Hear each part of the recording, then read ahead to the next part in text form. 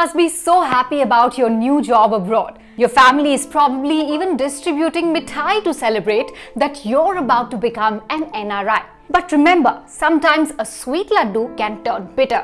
No, it's not your family doing something wrong. It's you who is not doing something right. Or should I say, you might be not completing all the legal formalities before leaving India. To safeguard yourself from the pitfalls of legal notices, watch this video where we discuss 10 common mistakes NRIs make while investing in India. Imagine you're getting dressed to head out. You can't, of course, wear your pajamas to an office, right?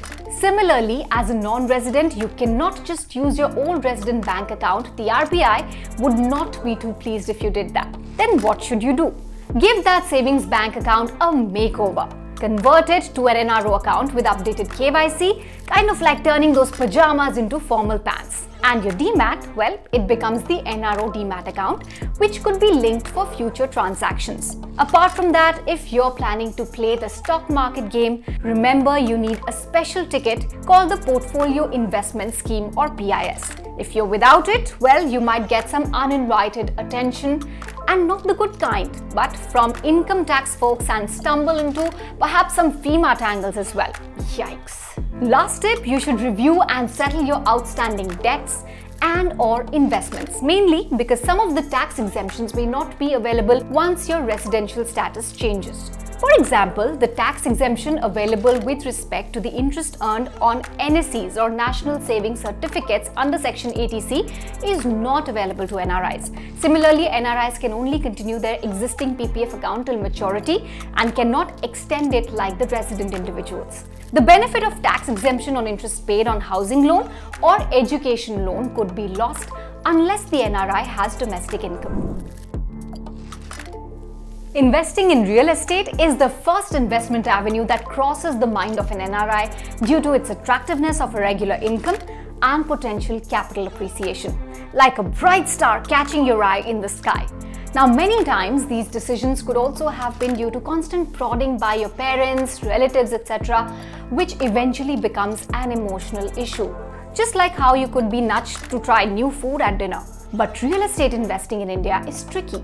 Investments made without appropriate scrutiny of the project could lead to several issues, like title dispute, poor choice of location, poor rental income, delay in project completion, poor track record of the builder, etc. It's like buying a toy without checking if all the pieces are there, or venturing out without a map into a dense forest, where every misstep could lead to an unforeseen pitfall. No doubt, finalizing a property is a lengthy process. So completing all the formalities during the holiday visits could be cumbersome, or you might need to have a trusted aide here in India to complete these formalities. The tax component is a bit like that unexpected guest at a party, always eating into your snacks, and in this case, it can even catch your investment returns. Now, there are 4 aspects to taxation in the country of stay or in India, which you as a non-resident should be aware of. In the US, investments in 401k towards retirement corpus provide tax advantage while the person is in the US. But any withdrawal before the 59.5 years is considered as income, besides the penalty of 10% of the amount withdrawn. For example, a withdrawal of $10,000 could make you lose as much as $3,200 by way of taxes and penalty if you're in the 22% tax bracket. There could be similar scenarios in other countries as well. Income realized from the investment in India is taxable in India, subject to the basic exemptions available as per the income tax rules. For example, rental receipts and interest on fixed deposits would attract a TDS of 31.2%. Capital gains on investment in India would be subjected to a capital gains tax. Non-resident investments are subjected to TDS. For example, if you are redeeming the equity-oriented funds within 12 months of investing, they would be considered short-term capital gains, and TDS to an extent of 15% is deducted. So keep in mind, TDS rates are different for non-equity oriented funds based on short-term or long-term capital gains. You can always file the tax returns before the due date and claim a tax refund if there is any. NRIs may also be subjected to double taxation in case their country of residence does not have a double taxation avoidance agreement or a DTAA with India. India has a comprehensive DTAA with over 90 countries including Germany, Singapore, UAE, Canada, Australia, etc. Thus, the sale proceeds could impact the expected return on investment. It is suggested that you file the income tax returns regularly even if there is no taxability to avoid any future complication. This would help when you intend to repatriate the sale proceeds or the income back to the country where you're working. You know, when we can't decide what to eat and our favorite dish runs out, well, investing is a bit like that. Making choices too quickly can be bad, but waiting too long, well, you might miss out on something good. For folks living far from home, investing back in their home country can be tough. It's like trying to build furniture without a manual. Sometimes even operational hassles like completing the documentation process, getting it attested by the embassy to complete KYC formalities, dealing with the power of attorney, etc. All these additional challenges can be quite a bit for a non-resident to complete the cycle of investing. But if you wait for too long, you could miss a good opportunity to buy stocks or property. People always say the earlier you start investing, the more money you make. That's because of something called compounding. The more you wait, the less the money at the end for you. You know how we all have that one comfort food we always turn to? In the world of investing, Indians kind of treat real estate and fixed deposits like that comfort food. Whether we're living here or abroad, these two seem like our go-to choices. But here's a little food for thought. Putting all your eggs in one basket, just like in the case of FDs, might not always be the best idea. Why? Well, over the time, the money you get from FDs might not keep up with rising prices. Imagine buying a chocolate bar today and the same money getting you only half the bar in a few years. Not so sweet, right? And with real estate, going all in could make you feel like someone who owns a ton of books but never has the time to read them. You're rich in assets but might find yourself short on cash when you need it. Kind of like being in a candy store but not having enough change to buy anything. So what's the trick? Balance. Think about what you want in the future and choose investments that match those dreams. Stocks and gold can be like the spices in a dish, adding flavor over time. While things like fixed income portfolios are like that trusty water bottle, always there when you need a sip of cash. Remember, it's all about mixing and matching to create your perfect financial recipe. Historically, the Indian rupee has been depreciating against global currencies like the dollar, euro, pound, etc. The general worry is, imagine you invested by converting say dollar into INR and invested the exchange rate at the time of investing was $1 equals 70 rupees. That means you have a dollar for 70 rupees. At the time of withdrawing the money from the investments and taking the money back into the country you're working in, if the exchange rate is $1 equals 80 rupees, that means you will have to pay 80 rupees for buying $1. So essentially you're paying more. But if the depreciation didn't happen, imagine the kind of returns generated by Indian investments like fixed deposits. Under normal circumstances, you might be earning 1 to 2% returns on deposits in a country like the US, and earning up to 7% interest for deposits in India would mean if the currency doesn't depreciate, there is an absolute advantage for anyone to invest in India, and everyone would do so. When the INR depreciates, it makes up for the gap in interest rates to some extent. Now, this is called exchange rate parity. However, at times INR depreciation would give you an opportunity to remit more into India. At the same time, with India being the fastest growing economy in the world and likely to remain as one, the same is reflected in the performance of Indian equity markets. The returns generated by Indian equities are far superior to the returns generated by US markets in the long run. Now, this return differential should make up for the rupee depreciation over the longer run.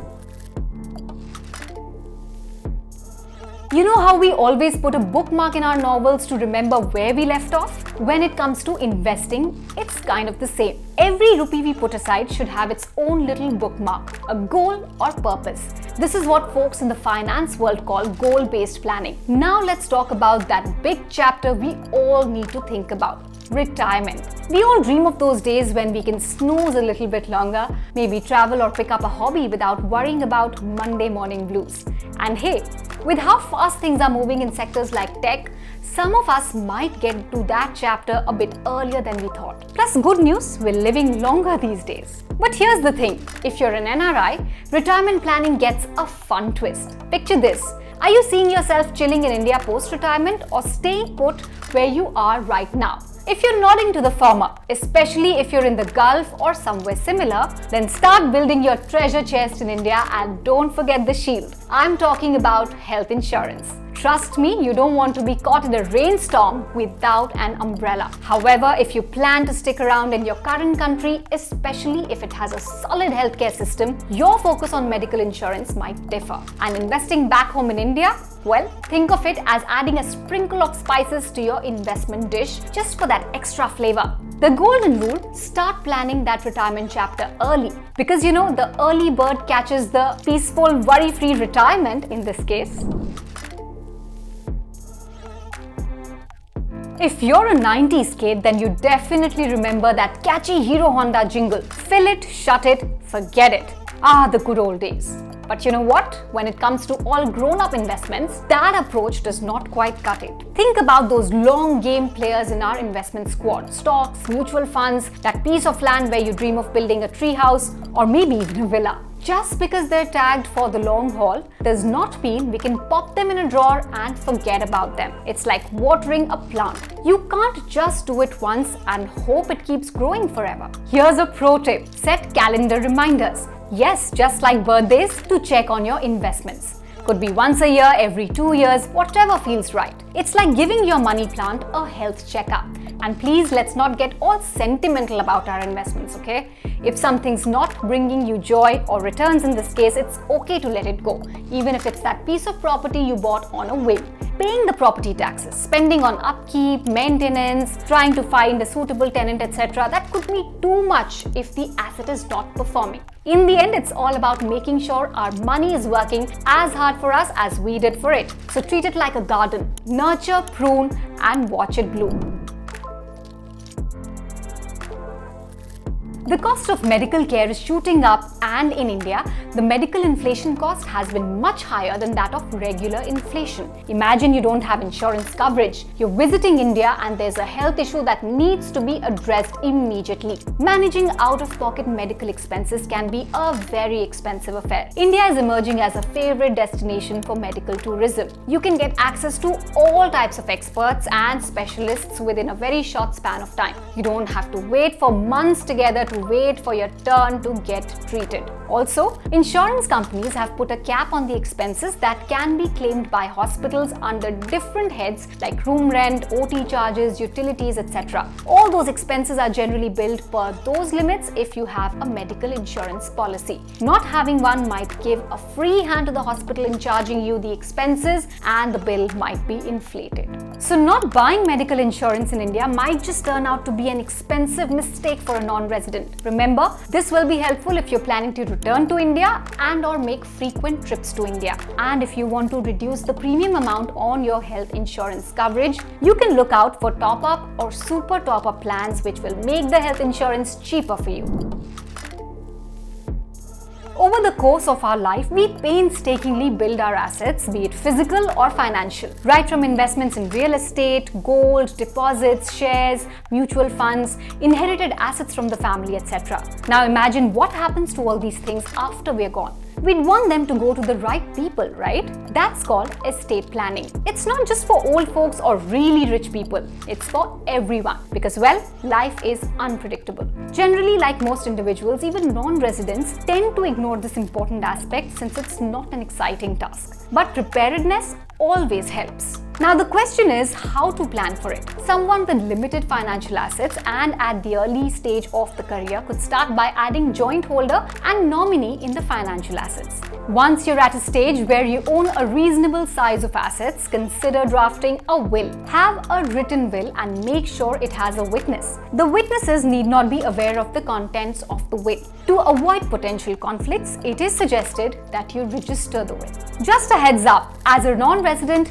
you need to understand inheritance rules played by the local guidebook as they are geography specific. Similarly, if you own assets in another country, their inheritance rules decide how things get passed on. So always good to know the local playbook. If you're a high net worth individual, you can consider creating a trust. These trusts are different from the regular trusts. The trustees are there only to ensure the points mentioned in the trust deed are executed. The beneficiaries are people who you have indicated in the trust deed. Beneficiaries could be family members, spread across generations, non-family members, or even charity. Setting up a trust is like crafting your own treasure map. It's a thoughtful way to ensure your loved ones are taken care of just the way you envisioned it. Instead of handling them the entire treasure chest all at once, you can offer them a key piece by piece. This not only empowers them to value and manage their wealth responsibly, but also ensures they benefit from it in stages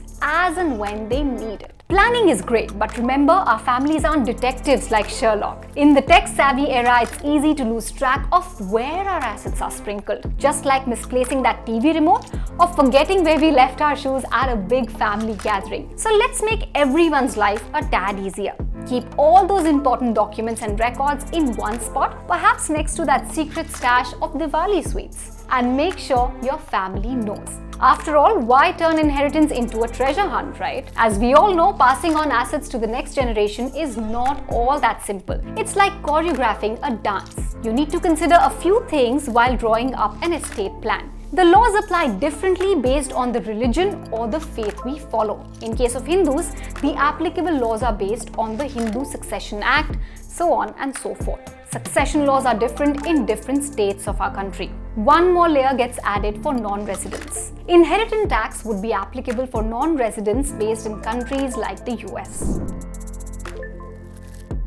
Investing is like planting a tree. It takes time and you might make mistakes, like watering it a bit too much perhaps. But mistakes help us learn and grow. Think of it like picking an unripe green mango a bit too early.